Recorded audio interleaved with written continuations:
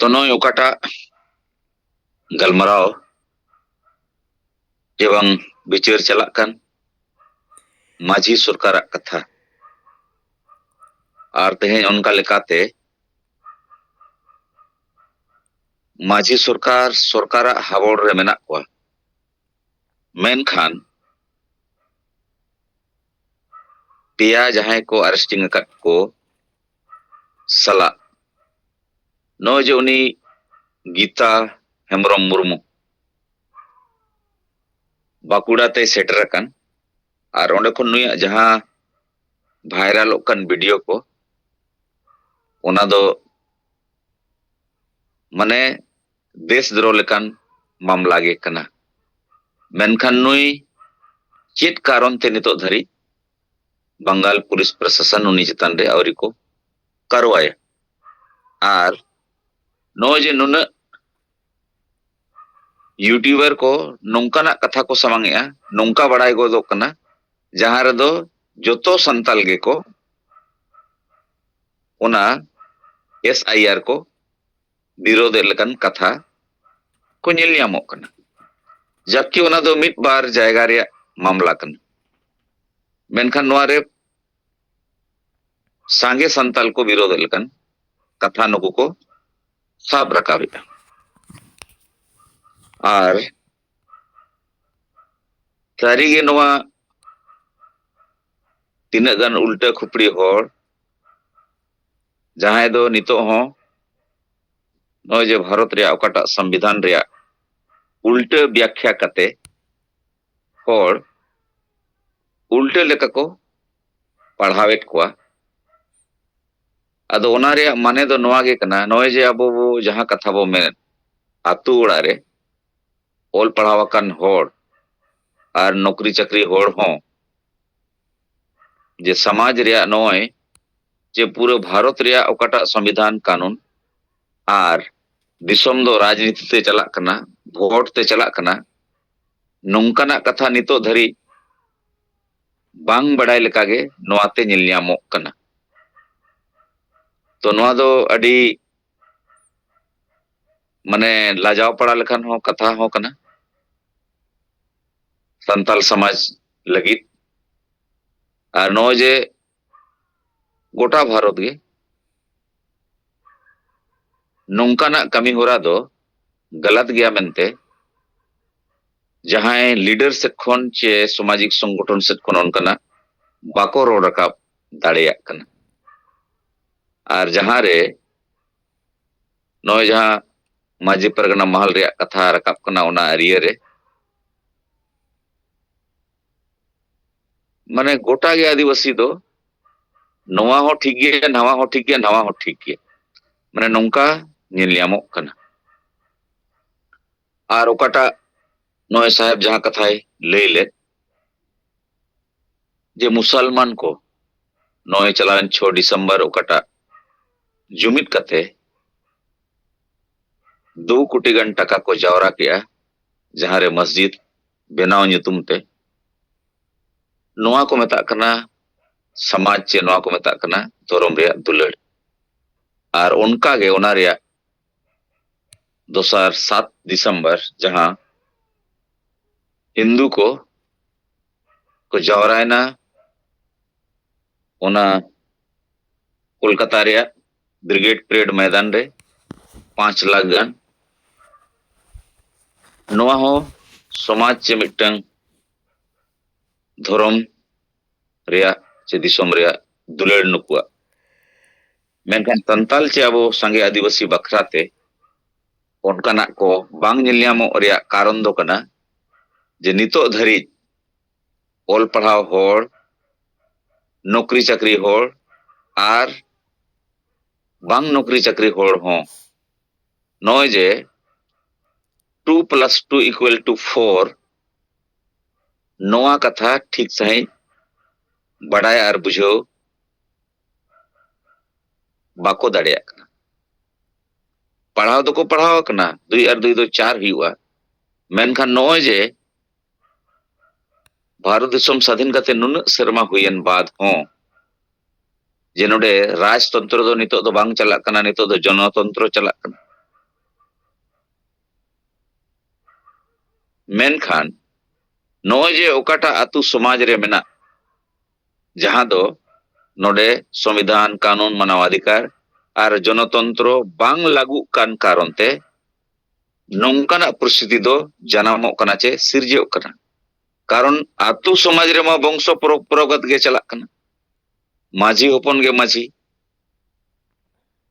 और जहां कारण ते सारिया दोय हराव कना और एड़िया गे दाड़े कना और तेहन ओकाटा कथा साहेबे पोस्ट अकात जे नॉय डन रिया कथा बहिष्कार रिया कथा डांडोम रिया कथा नोआते अब समाज रिन और दिनम गे को गुजुक कना मेनखान नोआ समाज रे डॉक्टर मेना को इंजीनियर मेना को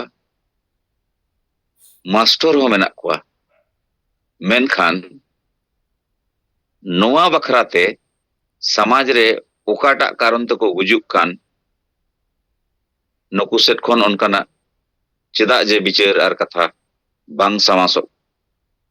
समांगो कना नोआ दो अडी चिंता और भावना रे कथा कान गे माने नौका बुझो कना नोआ समाज रे दो बनु को रोड होड़ और जतो सांगे संताल चे आदिवासी दको गोज अकना नुकु मोरल बाय सपोर्टिया और जानवर लेका लाज और परिवार लगित गे जीवित को ताहन कना तो नोआ दो अडी चिंता जनक कथा कान गे और नोआ कोगे मेन कारण दो कना जे भारत दिसोम रे अडी सांगे संताल मेना को रहो नो जे भाषा और साहित्य गे मारांगा नोआ बाको बुझो दाड़िया कान कारण ते नुकु समांग रे दो ऑल चिकी गे मारांगा और ओना ऑल चिकी लगित गे उड़ीसा रिन संताल पठुआ गांवता को भुवनेश्वर को धरनाया ओना मानत होचोय लगी और संताड़ी परसी सेकंड लैंग्वेज लगी अदो संगे ओल पढ़ाव कान कोड़ा हो जुदी ऑल चिकी गे मारांग उयहर कते ऑल चिकी पीछे रे को तहना एनखान सरी गे निश्चय गे ओना दो नो जे भारत रे संविधान रे सेलेद लकान संताली परसी जहां परसी जितकरिया दिसोम गमके सालखान मुरुआ आयुरते तो उनी दो बाको नेल उरुम गे कारण नुकु दो उनी गुरु गमके और नाते दिसोम गुरु नुकिन गे को नेल ᱧᱟᱢ किन मेनखान नो जे मार्गदर्शन एमोगी मिट्टी मारांग विद्वान लकानी जहां दिसोम रे कथा भाषा रे कथा साहित्य रे कथा धर्म रे कथा अब तलारे लई पसनावेत रखो नुकुआ अंतर मने रे दो नोआ दो हिंसासुय कारण ते बांग को रकब दाड़िया कना नोआ कथा अदो ओनाते मेन गनोआ जे आदिवासी सेंगल अभियान कथा और बिचार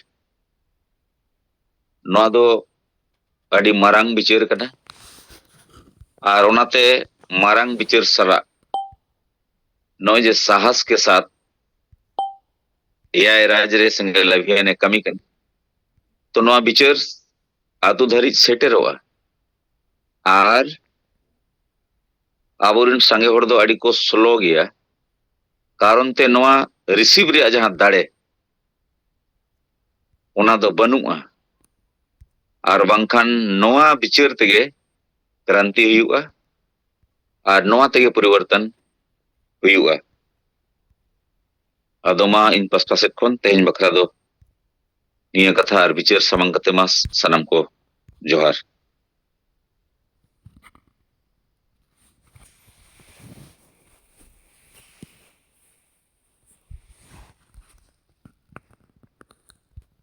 तो कई दिन खन नितना खान बंगाल रे दो नवा माजी सरकार खबर दो शिरोनाम रे मेना और ओना रे हम अब नेले गिरफ्तारी को हुईगो कान गया अदो धाव धाव गे नेलो को खाना आदिवासी को तला रे दो नुकुआ नय सहज सरल हड़ को नाम कते नुकु को तला रे अडी लागे गे जहाना षड़यंत्र ओना वास्तव रूप एम संभव कना और अब उनको आदिवासी हड़ को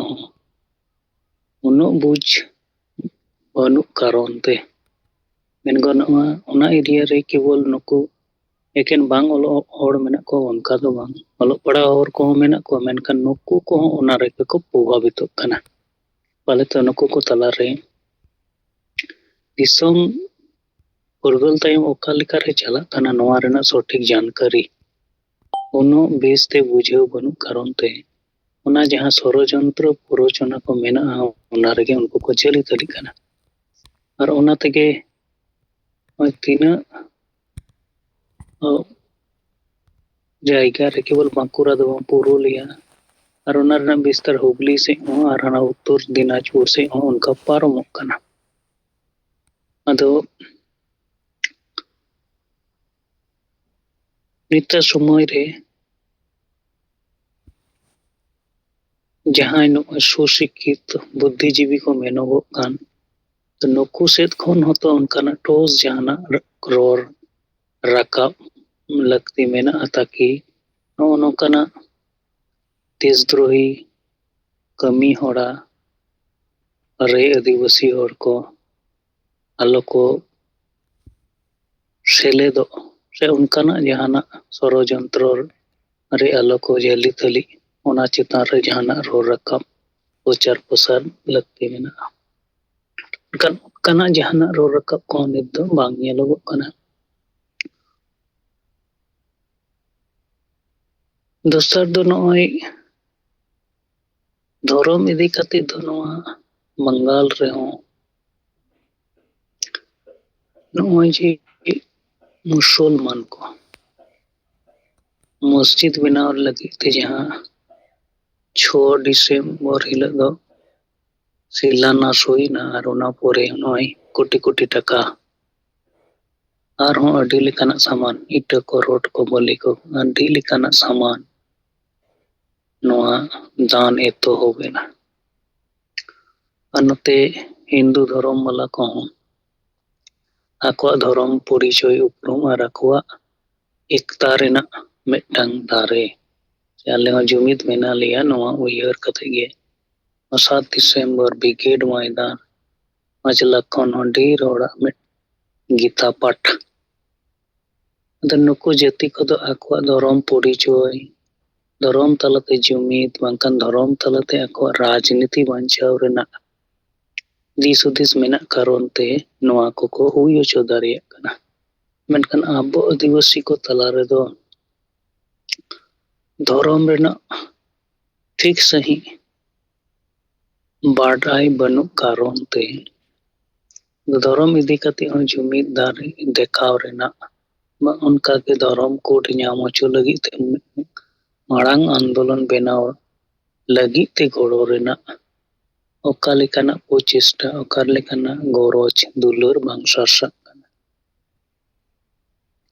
उपरंतु अब आदिवासी हर को एटा धर्म रे दो प्रभावित कते जे लोभ लालच करे झेली थली कते धर्म बदल से दो अडी जोर सुर को गोयनोग कना अदो सरीगे अब आदिवासी दो चे लेका समय जनी नवा जोग साव ताल मिलाव कते सेन बदल ते अब अस्तित्व बांचाव बदल ते तो अब अस्तित्व विपन्न लगी ते अडी जोर सोर बो लाहा चला कना और नवा को इदी कते नवा जे अब संगेल सेत कोन दाव दाव प्रचार प्रसार और कमी होरा जारी मेना ओना खन हो सांगे समाज रेन हर को दो अडी सहारे संगीन रे मेना को गया नीत हो ᱟᱫᱚ ᱱᱚᱣᱟ ᱠᱚ ᱡᱩᱫᱤ ᱟᱵᱚ ᱵᱚ ᱯᱚᱨᱡᱟᱞᱳᱪᱚᱱᱟᱭᱟ ᱮᱸᱰᱮᱠᱷᱟᱱ ᱱᱚᱣᱟ ᱞᱟᱹᱜᱤᱫ ᱛᱮᱫᱚ ᱟᱹᱫᱤᱵᱟᱹᱥᱤ ᱱᱟᱢᱫᱷᱟᱨᱤ ᱡᱟᱦᱟᱸ ᱥᱚᱝᱜᱚᱴᱷᱚᱱ ᱨᱮᱱ ᱟᱹᱭᱩᱨᱤᱭᱟᱹ ᱠᱚ ᱵᱟᱝᱠᱷᱟᱱ ᱵᱩᱫᱽᱫᱷᱤᱡᱤᱵী ᱵᱟᱝ ᱠᱚ ᱢᱮᱱᱚᱜᱚᱜ ᱠᱟᱱ ᱱᱩᱠᱩ ko ᱛᱟᱞᱟ ᱨᱮᱦᱚᱸ ᱥᱚᱴᱷᱤᱠ ᱫᱤᱥᱟ ᱥᱚᱢᱟᱡᱽ ᱨᱮ ᱪᱮᱫ ᱠᱟᱹᱢᱤ ᱞᱮᱠᱷᱟᱱ ᱥᱚᱢᱟᱡᱽ ᱨᱮᱱ ᱦᱚᱲ ᱠᱚ ᱛᱟᱞᱟᱨᱮ ᱱᱚᱣᱟ ᱫᱷᱚᱨᱚᱢ ᱠᱳᱰ ᱞᱟᱹᱜᱤᱫ ᱛᱮ ᱢᱮᱱᱫᱚ ᱫᱷᱚᱨᱚᱢ ᱵᱟᱧᱪᱟᱣ ᱞᱟᱹᱜᱤᱫ ᱛᱮ ᱢᱤᱫᱴᱟᱝ ᱛᱮᱛᱟᱝ ᱮᱠᱛᱟ ᱵᱮᱱᱟᱣ ᱨᱮᱱᱟᱜ ᱢᱤᱫᱴᱟᱝ ᱮᱠᱟᱜᱽᱨᱚᱛᱟ ᱥᱮ ᱵᱷᱟষᱟ ᱵᱟᱧᱪᱟᱣ ᱨᱟᱡᱽ ᱵᱷᱟষᱟ ᱦᱩᱭ ᱦᱚᱪᱚᱭ ᱞᱟᱹᱜᱤᱫ ᱛᱮ ᱢᱤᱫᱴᱟᱝ ᱞᱟᱨᱟᱣᱱᱟ ᱵᱮᱱᱟᱣ ᱨᱟᱠᱟᱵ ᱵᱟᱝᱠᱷᱟन ᱟᱨᱦᱚᱸ ᱥᱚᱝᱵᱤᱫᱷᱟᱱ ᱯᱨᱚᱫᱚᱛᱛᱚ ᱡᱟᱦᱟᱸ ᱚᱫᱷᱤᱠᱟᱨ ko ᱢᱮᱱᱟᱜ ᱱᱚᱣᱟ ko ᱵᱟᱵᱚ ᱧᱟᱢᱮᱫ ᱚᱱᱟ ko ᱧᱟᱢ ᱞᱟᱹᱜᱤᱫ ᱛᱮ ᱢᱤᱫᱴᱟᱝ ᱮᱠᱛᱟ ᱵᱮᱱᱟᱣ ᱨᱮᱭᱟᱜ ᱩᱱᱠᱩ ᱛᱟᱞᱟᱨᱮ ᱯᱨᱚᱵᱚᱱᱚᱛᱟ ᱧᱮᱞᱚᱜᱚᱜᱼᱟ ᱟᱨ ᱠᱷᱟᱥᱠᱟᱨ ᱟᱹᱫᱤᱵᱟᱹᱥᱤᱭᱟᱹᱛ ᱵᱟᱧᱪᱟᱣ ᱞᱟᱹᱜᱤᱫ ᱛᱮ ᱵᱷᱟষᱟ ᱥᱚᱝস্কৃতি ᱞᱟᱭᱼᱞᱟᱠᱪᱟᱨ ᱵᱟᱧᱪᱟᱣ ᱟᱨ ᱚᱫᱷᱤᱠᱟর ᱵᱟᱧᱪᱟᱣ ᱛᱟᱞᱟᱛᱮ ᱮᱴᱟᱜ ᱟᱹᱫᱤᱵᱟᱹᱥᱤ ᱮᱴᱟᱜ ᱡᱟᱹᱛᱤ ᱠᱚ ᱞᱮᱠᱟ ᱫᱷᱟᱹᱨᱛᱤ ᱡᱟᱠ ᱨᱮ ᱟᱠᱚ ᱚᱥᱛᱤᱛᱛᱚ ᱵᱚᱡᱟᱭ ᱫᱚᱦᱚ ᱨᱮᱱᱟᱜ ᱢᱤᱫᱴᱟᱝ ᱛᱟᱜᱤᱫ ᱚᱱᱟ ᱱᱤᱛ ᱦᱚᱸ ᱵᱟᱝ ᱵᱮᱱᱟᱣ ᱨᱟᱠᱟᱵ ᱫᱟᱲᱮᱭᱟᱜ ᱠᱟᱱᱟ ᱟᱫᱚ ᱱᱤᱛ ᱫᱚ ᱟᱵᱚ ᱫᱷᱟᱹᱨᱛᱤ ᱡᱟᱠ ᱨᱮ ᱡᱩᱫᱤ ᱵᱚ ᱧᱮᱞ ᱠᱷᱟᱱ ᱟᱹᱫᱤᱵᱟᱹᱥᱤ ᱥᱮᱸᱜᱮᱞ ᱚᱵᱷᱤᱡᱟᱱ ᱯᱟᱦᱴᱟ ᱥᱮᱫ ᱠᱷᱚᱱ ᱜᱮ ᱱᱚᱣᱟ ᱥᱚᱢᱟᱡᱽ ᱥᱩᱫᱷᱟᱹᱨ ᱨᱮᱱᱟᱜ ᱠᱟᱛᱷᱟ ᱟᱨ ᱥᱩᱫᱷᱟᱹᱨ ᱨᱮᱱᱟᱜ ᱱᱚᱜᱼᱚᱭ ᱡᱟᱦᱟᱸ ᱯᱚᱭᱮᱱᱴ ko ᱱᱚᱣᱟ ᱪᱮᱛᱟᱱ ᱨᱮ ᱟᱵᱚ ᱦᱚᱲ ᱠᱚ ᱛᱟᱞᱟ ᱨᱮᱵᱚ ᱞᱟᱹᱭ ᱯᱟᱥᱱᱟᱣ ᱟᱠᱚ ᱠᱟᱱ ᱜᱮᱭᱟ ᱟᱨ ᱱᱤᱛ ᱫᱚ ᱮᱞᱟᱠᱟ ᱳᱣᱟইজ ᱚᱱᱩᱡᱟᱭᱤ ᱠᱤᱪᱷᱩᱜᱟᱱ ᱦᱚᱲ ᱵᱩᱡ ᱟᱠᱚ ᱚᱱᱠᱟᱱ ᱦᱚᱲ ᱠᱚᱜᱮ ᱴᱟᱨᱜᱮᱴ ᱠᱟᱛᱮ ᱩᱱᱠᱩ ᱥᱮᱱ ᱧᱟᱯᱟᱢ ᱟᱨ ᱩᱱᱠᱩ ᱛᱩᱞᱩᱡ ᱜᱟᱞᱢᱟᱨᱟᱣ